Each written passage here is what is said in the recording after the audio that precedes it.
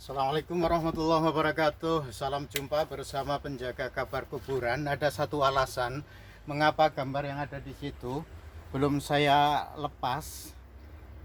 Ganjar Mahfud paslon nomor 3 yang hari ini saya yakin adalah hari-hari sibuk bagaimana Mahkamah Konstitusi sedang menyidangkan sebuah proses untuk menentukan benarkah terjadi kecurangan dalam Pilpres 2024 yang sudah berlangsung 14 Februari lalu, dan hasilnya sudah ditetapkan oleh KPU bahwa pasangan calon nomor 2 Prabowo Gibran sebagai pemenang dan mendapatkan suara signifikan Pilpres berlangsung satu putaran. Hari ini Mahkamah Konstitusi sedang diuji.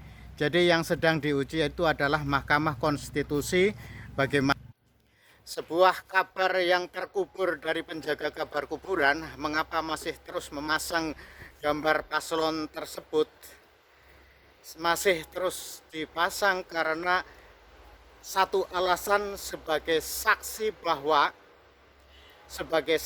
bahwa paslon nomor 3 adalah paslon yang membawa visi besar bagaimana cita-cita Bung Karno bersama Bung Hatta, Dwi Tunggal Soekarno Hatta, itu meneruskan cita-cita perjuangan, menegakkan gotong royong, menegakkan nilai-nilai Pancasila untuk mensejahterakan rakyat Indonesia.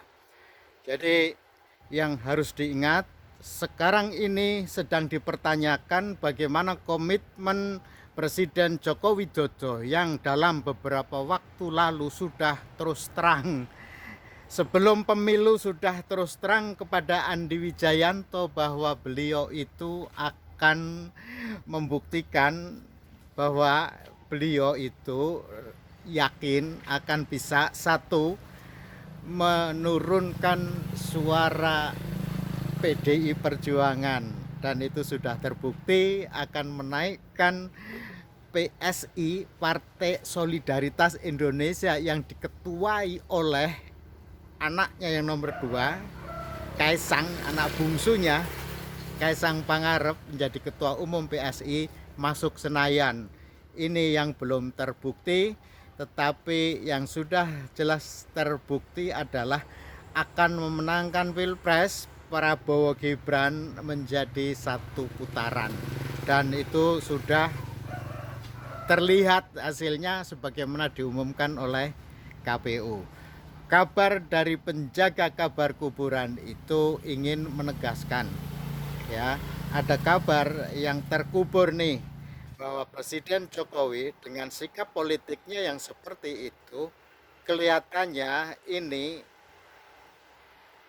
meniru apa yang dikatakan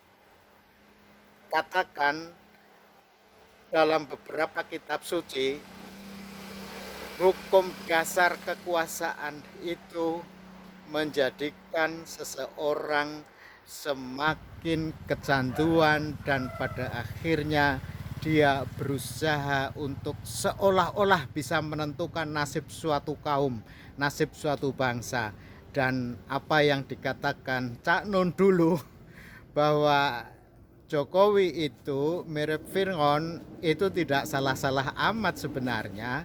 Bukan dalam arti Fir'aun yang mengaku menjadi Tuhan, bukan itu, tetapi Fir'aun yang dia menjadi raja, menjadi penguasa yang seakan bisa menentukan nasib hitam putihnya suatu rakyat, suatu kaum akan dibawa kemana, semua harus tunduk dalam satu komando. Itu yang dikatakan mirip Fir'aun. Tetapi kabar dari penjaga kabar kuburan, ini saya berada di tepi rel kereta api, rel kereta yang membawa cerita panjang tentang perjalanan suatu kelompok masyarakat, suatu kaum. Dia akan melewati stasiun demi stasiun dalam jalur yang benar, dan itu sudah terukur. Begitupun Presiden andai dia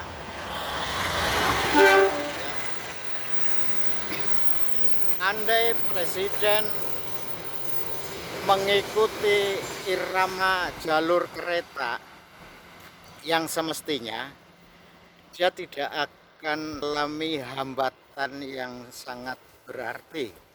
Dia hanya akan mendapatkan sebuah cerita indah dari stasiun ke stasiun sampai akhirnya di pemberhentian stasiun terakhir.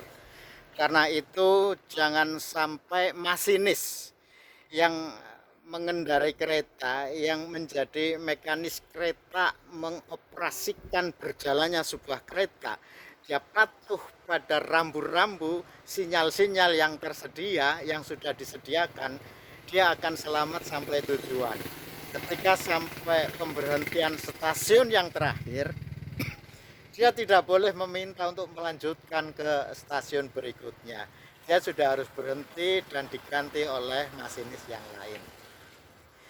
Ada kesalahan Presiden Jokowi ketika sudah sampai stasiun terakhir, misalnya stasiun Gambir nih, tetapi minta untuk dilanjutkan ke stasiun berikutnya. Ini sudah nggak bisa, ya. Ini sudah nggak bisa, dan mestinya ketika stasiun terakhir sudah sampai, itu diganti oleh ini pasangan Ganjar Mahfud seperti yang masih saya pasang gambarnya itu.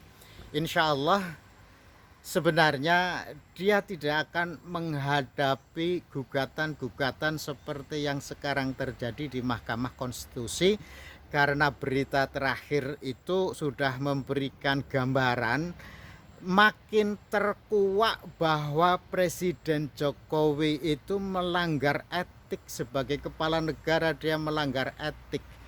Etika harusnya di atas segalanya. Etika harus di atas hukum. Walaupun dia tidak melanggar hukum, tapi kalau seorang kepala negara melanggar etik, maka sebenarnya dalam Undang-Undang Dasar pun sudah tercantum sumpah jabatan presiden dan wakil presiden itu tergantung kepada sumpahnya itu yang harus dijunjung. Ketika dia melanggar sumpah, dia melanggar etik sekaligus juga sebenarnya melanggar hukum. Dan itulah sebenarnya yang hari-hari ini kita sudah menunggu. Saya hanya berharap Presiden Jokowi itu mendapatkan barokah Nabi Ibrahim. Apa itu barokah Nabi Ibrahim? Nabi Ibrahim itu dengan ikhlas melaksanakan perintah Allah, mengorbankan anaknya. Ketika anaknya Ismail hendak disembelih hanya demi mematuhi perintah Allah, maka Allah mengganti anaknya itu dengan domba yang gemoy. Artinya apa? Andai nanti Mahkamah Konstitusi memutuskan misalnya bahwa paslon nomor 02 didiskualifikasi, semoga saja Presiden Jokowi itu mendapat barokah Nabi Ibrahim, ikhlas, ya, ikhlas untuk anaknya dikorbankan, tidak menjadi wakil presiden, artinya batal menjadi wakil presiden. Begitupun Prabowo Subianto yang sudah dinyatakan terpilih, sudah syukuran, sudah sujud syukur, kok dibatalkan pada akhirnya Pilpres 2 putaran itu diikuti oleh pasangan nomor 1 dan pasangan nomor 3. Nomor 2 haruslah ikhlas dan bisa legowo, dan insya Allah itulah barokah Nabi Ibrahim yang semua bergantung kepada Pak Presiden Joko Widodo agar di akhir masa jabatannya beliau bisa ikhlas, bisa legowo, dan itulah seorang negarawan yang bisa mendapatkan barokah Nabi Ibrahim alaihissalam, dan itu luar biasa bagi kemajuan bangsa Indonesia sebagai pemimpin peradaban dunia. Demikian kabar dari penjaga kabar kuburan. Wassalamualaikum warahmatullahi wabarakatuh.